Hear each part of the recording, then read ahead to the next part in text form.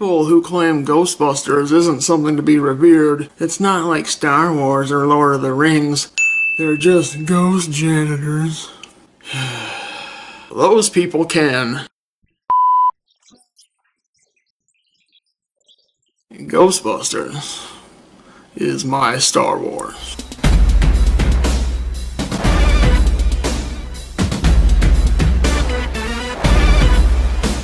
Do you experience feelings of dread in your basement or attic? If the answer is yes, then don't wait another minute. Pick up your phone and call the professionals. Go Ghostbusters! We're ready to believe you! If all Ghostbusters is to you is a funny supernatural comedy movie, then Ghostbusters Afterlife might not be for you. If your Ghostbusters consist of 3 movies, 2 animated series, a couple of video games, and a bunch of comic books, then you're probably going to love it. It's not a perfect movie, and I do have a couple of nitpicks, but the cast is great. Sure, the story is familiar, but I still had a lot of fun. That is what I wrote the other night when I came home after my screening of the movie. Since then, I've had a couple of days to mull it over, and I kind of have some mixed feelings about this film. I saw it! There were people at my showing in full-on Ghostbusters uniforms. The best I could do was this t-shirt. Though there were many other Ghostbusters tees in attendance, there was also a young girl, probably younger than Phoebe in the movie, decked out in the old beige Ghostbusters uniform, and carrying a Stay Puft Marshmallow Man plush. I did wonder what brought her into the world of ghostbusting. Was it the 2016 film or the animated series? Maybe all of the above? It was nice to see anyway. Obviously, I didn't hate the movie. It is even pretty difficult for me to nitpick it. After all the delays, I was really looking forward to this, but I was left with a lot of feelings of... that was it. I will also say that I have seen a lot of bad faith reviews of Ghostbusters Afterlife, all of which can pretty much be summed up with, Well, this movie is just a reward for all the sexes who hated Ghostbusters 2016. I liked a lot about Ghostbusters 2016, but acting like it's some kind of misunderstood, mistreated masterpiece isn't exactly the enlightened take so many people seem to think that it is. I was working on a video revisiting it that I hoped to have out before Afterlife was released on the 19th, and that didn't happen. I wish I was faster at this. Maybe I'd get more than 30 views per video. Okay, nitpick number 1. And it's not spoilery, don't worry.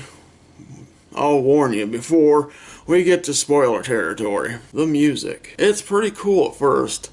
Lots of familiar music cues, but after about 20 minutes it kind of starts to be too much.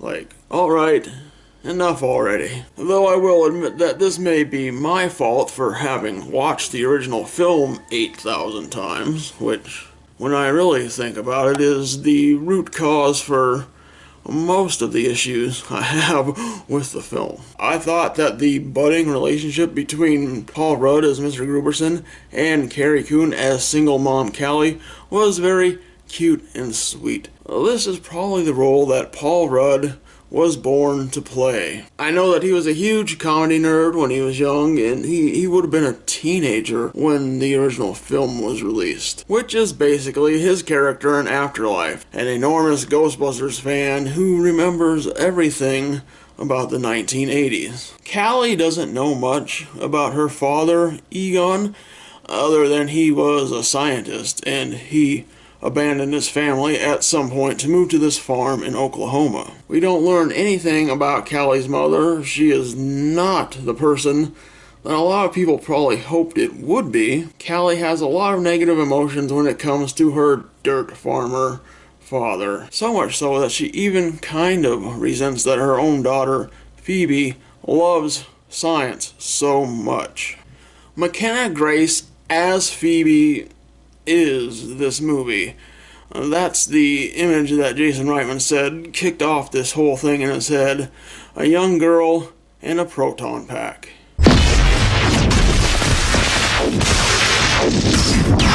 She's really talented and deserves to be the star of what is potentially a brand new franchise. The franchise rights alone will make us rich beyond our wildest dreams. And she also co-wrote and performs the song that plays during the film's end credits. 'Cause a ghost never leaves a haunted house.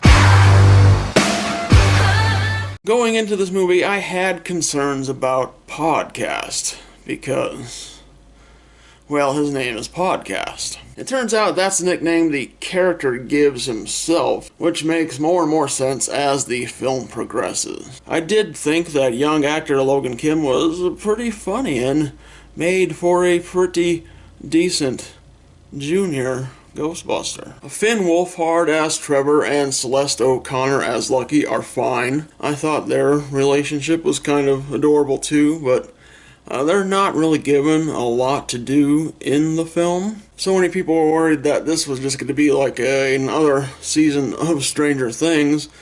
Turns out the Stranger Things kid is hardly in the movie. But if you are going to kidify the Ghostbusters, you could certainly do a lot worse than this team. Are the original Ghostbusters in this movie? Yes. Are they in this movie a lot? Not really. Each member has about 2 scenes each. The big team-up, of course, and then elsewhere in the film, 2 of the scenes are stuck in the mid- and post-credit slots. The first 70% of this movie is very much a Jason Reitman film, a family drama with some jokes sprinkled in. I actually kind of loved that part, though I seem to be in the minority. The rest of the film is pretty much beat by beat the ending of Ghostbusters 1, but it takes place in the country instead of Manhattan. And now is the part of the video where I will be getting into spoilers. You have been warned.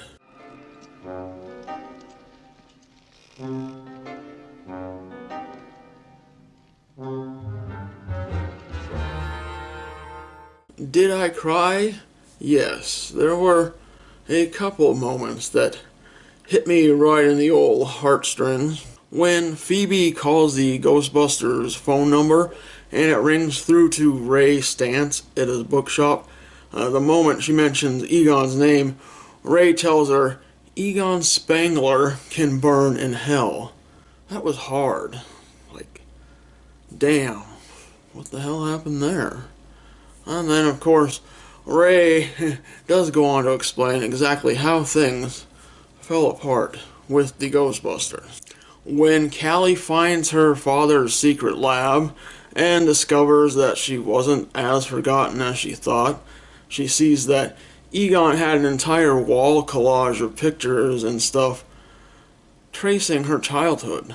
For some reason, the thing that got me most on this wall is there's a close-up of a piece of paper, and handwritten on it we see that Egon was tracking Callie's freckle count, which I just thought was a very Egon dad-like thing to do. According to Ray, the ghost biz dwindled, and Egon started to go a little crazy, talking about how something big was coming again. But for some reason, none of the other guys believed him. Not even Ray. I thought that was a little hard to believe. But one night, Egon just up and moved to Summerville, Oklahoma, taking all the Ghostbusters equipment with him.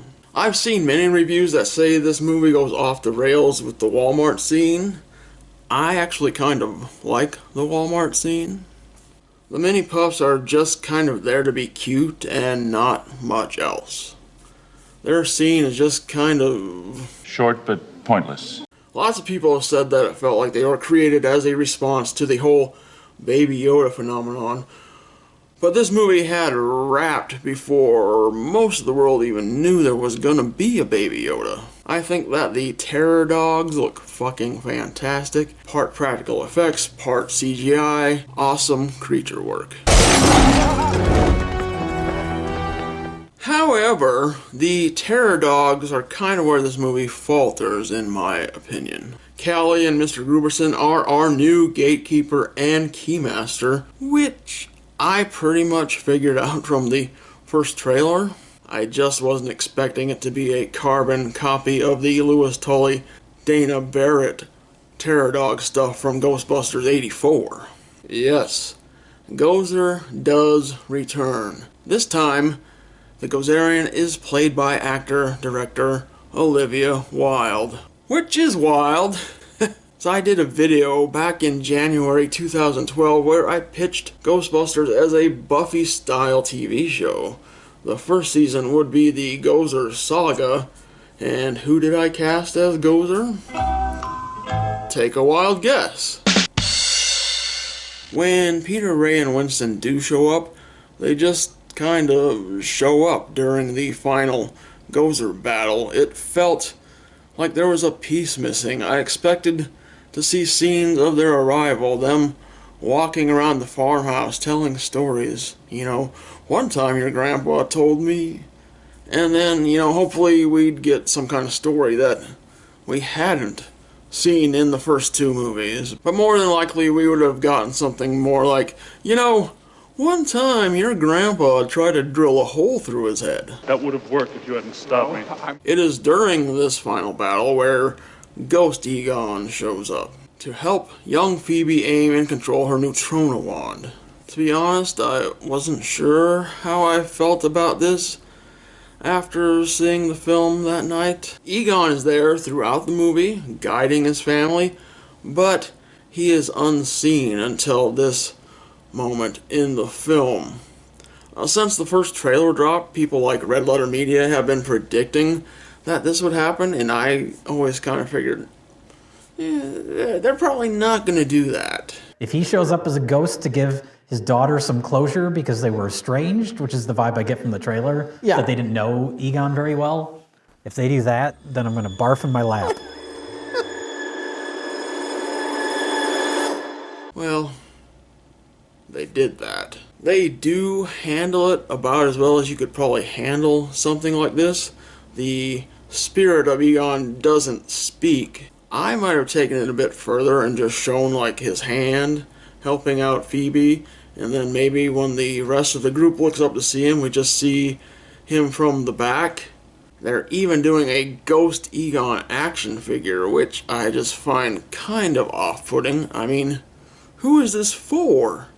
Ideally, it's for me, but I don't want anything to do with it. However, I will admit that I did watch a bootlegged version of the scene that was posted here on YouTube, and I think I may have teared up more watching it online than I did in the theater.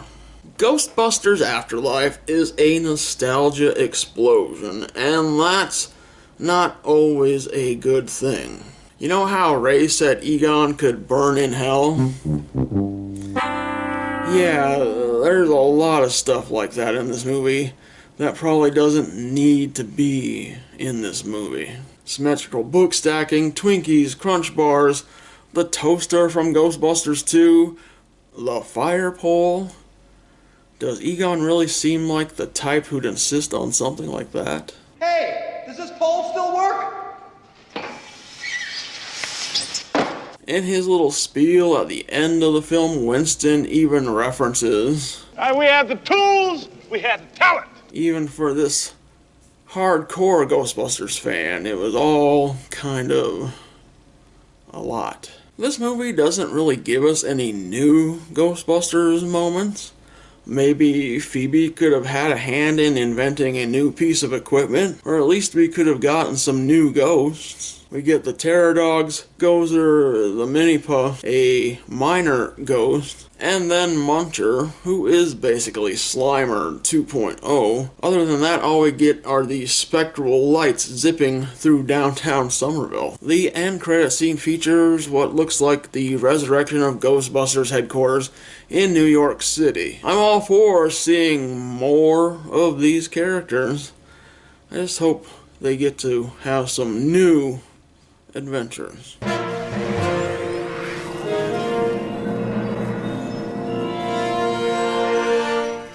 Thanks for watching! We are the friendly neighborhood Ghostbusters. That's what they said to me. We are the busters of any GHOST. Ghostbusters!